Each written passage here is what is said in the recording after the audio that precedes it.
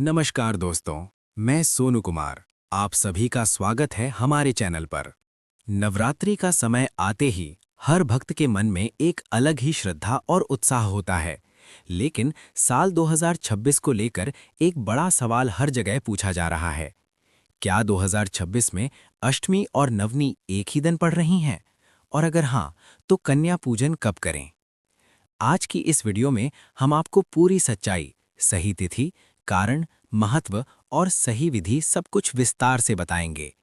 तो वीडियो को अंत तक जरूर देखें, क्योंकि आधी जानकारी नुकसान भी कर सकती है।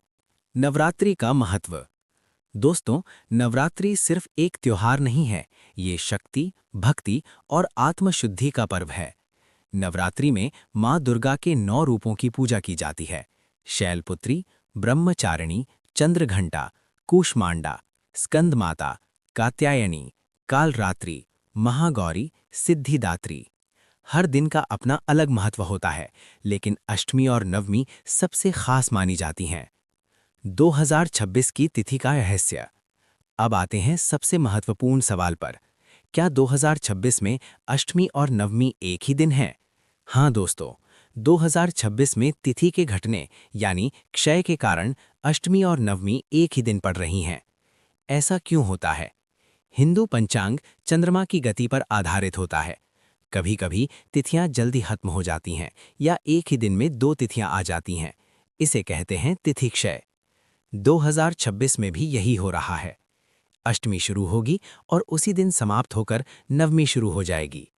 इसका धार्मिक महत्व। अब सवाल उठता है, क्या इससे पूजा का महत्व कम हो जाता है?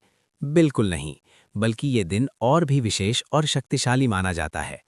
क्योंकि एक ही दिन में महागौरी और सिद्धिदात्री दोनों की कृपा मिलती है। ये दिन मनोकामना पूर्ण करने वाला, धन समृद्धि देने वाला और संकट दूर करने वाला माना जाता है। कन्या पूजन कब करें? सबसे बड़ा सवाल यही होता है कि कंजक कन्या पूजन कब करें। अगर अष्टमी सुबह तक है तो सुबह करें, अगर नवमी ज्यादा प्रभावी है तो नवमी में करें। लेकिन 2026 में आप दोनों में से किसी भी समय कर सकते हैं। सही विधि। सुबह जल्दी उठें, घर को साफ करें, माता रानी की पूजा करें। 9 कन्याओं और एक लांगुर यानी छोटा लड़का को बुलाएं, उनके पैर धोएं, उन्हें भोजन कराएं, पूड़ी हलवा चना खिलाएं, उपहार और दक्षिणा दें। ध्यान रखें, कन्याओं को देवी का रूप मानकर सेवा करें। गलतियां जो नहीं करनी चाहिए। बहुत लोग कुछ गलतियां कर देते हैं। कन्याओं को बिना सम्मान के बुलाना, गुस्सा करना, अधूरी पूजा करना, मन में शंका रखना। याद रखें, भक्ति में दिखावा नहीं, सच्चाई जरूरी है।